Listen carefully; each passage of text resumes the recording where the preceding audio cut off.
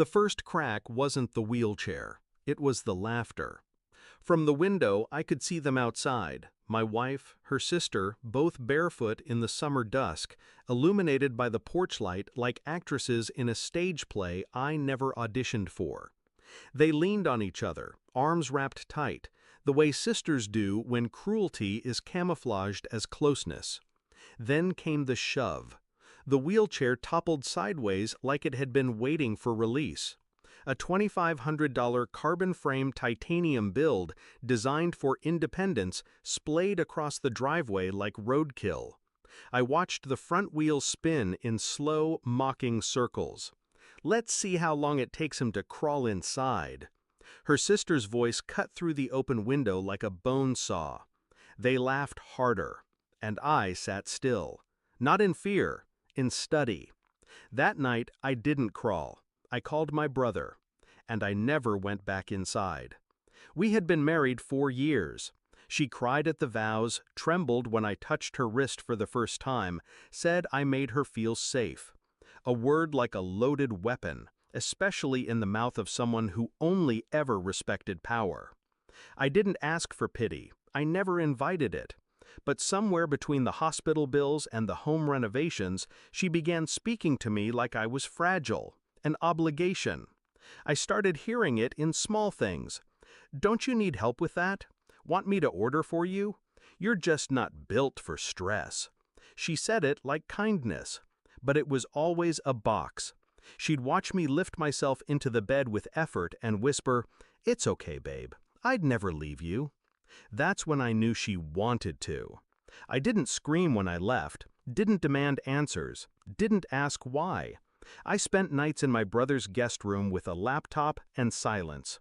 First, I pulled phone records. Calls to her sister every day.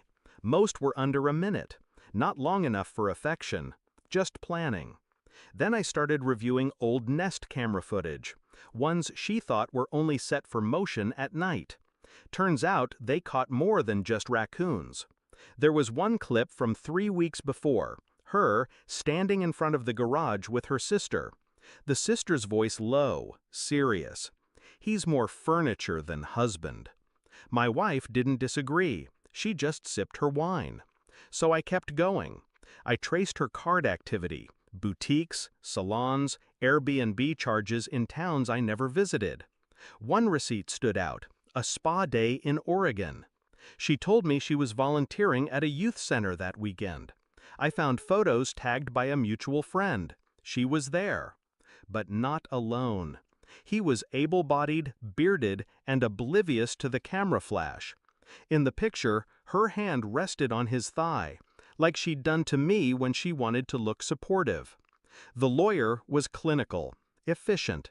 She scanned the videos, the receipts, and the witness statements with an interest devoid of emotion.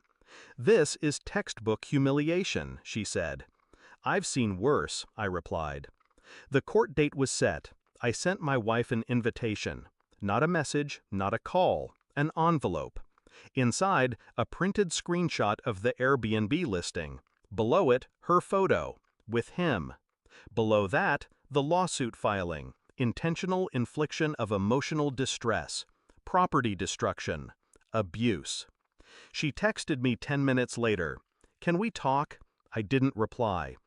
In the courtroom, she looked smaller than I remembered, like her posture couldn't hold the weight of her own decisions. Her sister didn't show up.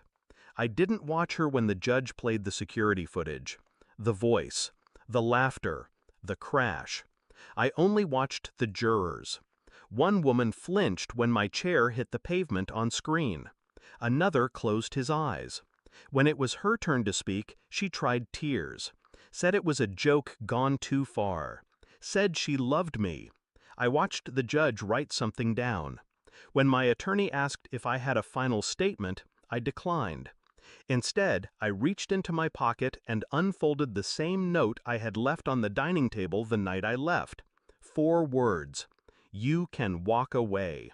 I slid it across the table. She read it. Her face didn't fall. It cracked. I won the case. The settlement was quiet, clean.